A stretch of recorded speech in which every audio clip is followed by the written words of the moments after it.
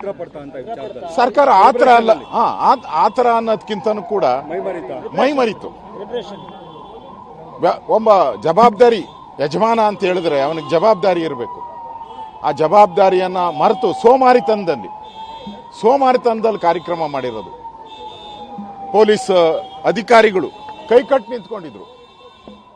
ಏನು ವ್ಯವಸ್ಥೆ ಮಾಡಕ ನೀವು ಒಂದಿನದಲ್ಲಿ ನೀವು ಏಕಾಏಕಿ ಒಂದು 6 ಗಂಟೆ ಮುಂಚೆ ಅನೌನ್ಸ್ ಮಾಡಿಬಿಟ್ಟು ಮೆರವಣಿಗೆ ಇದೆ ಬನ್ನಿ ಅಂತೀರ. ಆಮೇಲೆ ಮಂತ್ರಿಗಳು ಹೋಮ್ ಮಿನಿಸ್ಟರ್ ಬಂದು ಮೆರವಣಿಗೆ ಕ್ಯಾನ್ಸಲ್ ಅಂತೀರ. ಜನ ಎಲ್ಲಿಗೋಗ್ಬೇಕು?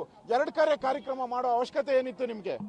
ಒಂದ್ ಕಡೆ ಮಾಡಿದ್ರೆ ಪೊಲೀಸರು ಒಂದ್ ಕಡೆ ಗುಂಪಾಗಿ ನಿಂತು ಅದನ್ನ ಕಂಟ್ರೋಲ್ ಮಾಡೋ ಅವಕಾಶ ಆಯ್ತು ಪೊಲೀಸರು. ನೀವು 2 ಕಡೆ ಕಾರ್ಯಕ್ರಮ, ಕನ್ಫ್ಯೂಷನ್. ಮೆರವಣಿಗೆಯಲ್ಲಿ ದಾರಿ ಉದ್ದಕ್ಕೂ ನಿಲ್ಸ್ಬೇಕಾ, ಇಲ್ಲಿ ಈ ಕಾರ್ಯಕ್ರಮಕ್ಕೆ ಬರಬೇಕಾ?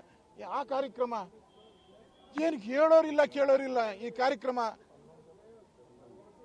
ನಿಜಕ್ಕೂ ಇದೊಂದು ಹೃದಯವನ್ನ ಕಲ್ಕೋದು. ಇದು ನಮ್ಮ ನ್ಯಾಷನಲ್ ಅಲ್ಲ, ಇಂಟರ್ನ್ಯಾಷನಲ್ ಸುದ್ದಿ ಆಗಿದೆ. ಕರ್ನಾಟಕದ ಮಾನ ಮರ್ಯಾದೆಯನ್ನ ಹರಾಜಾಕ್ಬಿಟ್ರಿ ಇವತ್ತು ನೀವು.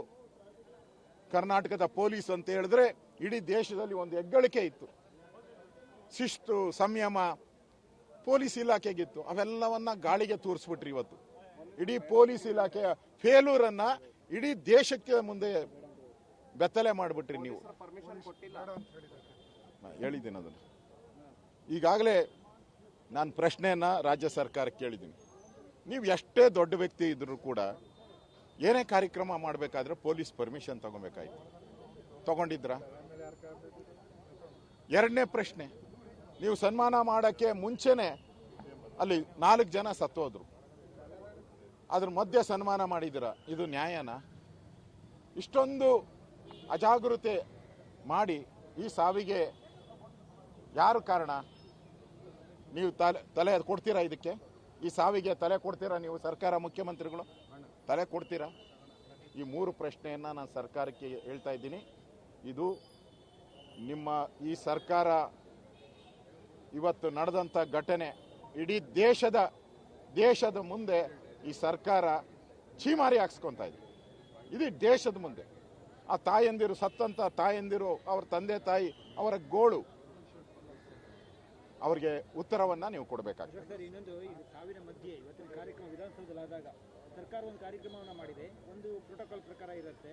ಮಂತ್ರಿಗಳ ಮಕ್ಕಳು, ಮುಖ್ಯಮಂತ್ರಿಗಳ ಮೊಮ್ಮಕ್ಕಳು ಇವ್ರದೇ ರಾಜ್ಯಭಾರ ವೇದಿಕೆಯಲ್ಲಿ ಕಂಡಿದ್ದು ಇದು ಬಹಳ ದುರಂತವಾಗಿ ಕಾಣ್ತಾ ಇತ್ತು. ಸ್ವತಃ ವಿರಾಟ್ ಕೊಹ್ಲಿ ಬೇಸರವನ್ನ ಮಾಡ್ಕೊಂಡಿದ್ದು ಇದು ನೋಡಿ. ಈ ಸರ್ಕಾರ ಅವ್ರ ಕುಟುಂಬದವ್ರನ್ನ, ಅವ್ರ ಬೆಂಬಲಿಗರನ್ನ ಕರ್ಕೊಂಡು ಅವ್ರ ಫೋಟೋ ಶೋ ಮಾಡ್ಕೊಳಕ್ಕೆ ಮಾಡಿದಂಥ ಕಾರ್ಯಕ್ರಮ. ಜನಗಳು ಬಂದಿದ್ದಾರೆ, ನಮ್ಮ ಮತದಾರರು ಬಂದಿದ್ದಾರೆ, ನಮ್ಮನ್ನು ಗೆಲ್ಲಿಸಿದಂಥ ದೇವರು ಬಂದು ಇದ್ದಾರೆ ಅಂತ ಅನಿಸ್ಲಿಲ್ಲ ಅವ್ರಿಗೆ. ಅವ್ರ ಕುಟುಂಬ, ಅವ್ರ ಸ್ನೇಹಿತರು, ಅವ್ರ ಫೋಟೋ ಶೋ, ಪ್ಲೇಯರ್ಸ್ ಜೊತೆ ಫೋಟೋ ಅಂತ ತೆಗೆಸ್ಕೊಳೋದು, ಮಾತಾಡೋದು ಇಷ್ಟು ಮುಖ್ಯ ಆಯ್ತೆ ಹೊರತು ಆ ಜನತಾ ಜನಾರ್ದನ ಆ ರೋಡಲ್ಲಿ ನಿಂತಿದ್ದಾನೆ, ಅವನ ಸಾವಿನಲ್ಲಿ ನೋಡ್ತಾ ಇದ್ದಾನೆ, ಎದುರು ನೋಡ್ತಾ ಇದೆ ಅಂತ ಇವ್ರಿಗೆ ಅನಿಸ್ಲೇ ಇಲ್ಲ. ಇಂಥ ಹೃದಯಹೀನ ಸರ್ಕಾರ ಇವತ್ತು ನಾವು ನೋಡ್ತಾ ಇದ್ದೇವೆ. ಇದು ನ್ಯಾಯಾಂಗ ತನಿಖೆ ಆಗಬೇಕು. ಸಿಟ್ಟಿಂಗ್ ಜಡ್ಜ್ ಯಾರೋ ಇವ್ರು ಬೇಕಾದಂಥ ರಿಟೈರ್ಡ್ ಆಗಿರುವಂಥ ನ್ಯಾಯಾಧೀಶರನ್ನ ಹುಡುಕಿ ತನಿಖೆ ಮಾಡಿಸಿದ್ರೆ ಈ ರಾಜ್ಯ ಜನ ಶಾಪ ಆಗ್ತೈತೆ. ಇದನ್ನ ನನಗನ್ಸ್ತತೆ CBI ತನಿಖೆ ಕೊಡಬೇಕು ಅಥವಾ ಸಿಟ್ಟಿಂಗ್ ಜಡ್ಜ್ ಜುಡಿಷಿಯಲ್ ಎನ್ಕ್ವೈರಿಯನ್ನು ಮಾಡಬೇಕು ಅಂತೇಳಿ ನಾನು ಮತ್ತು ನಮ್ಮ ನಾರಾಯಣ ಸ್ವಾಮಿಯವರು, ನಮ್ಮ ವಿಜಯೇಂದ್ರ ಅವರು, ನಾವೆಲ್ಲರೂ ಆಗ್ರಹವನ್ನು ಮಾಡ್ತಾ ಇದ್ದೀವಿ.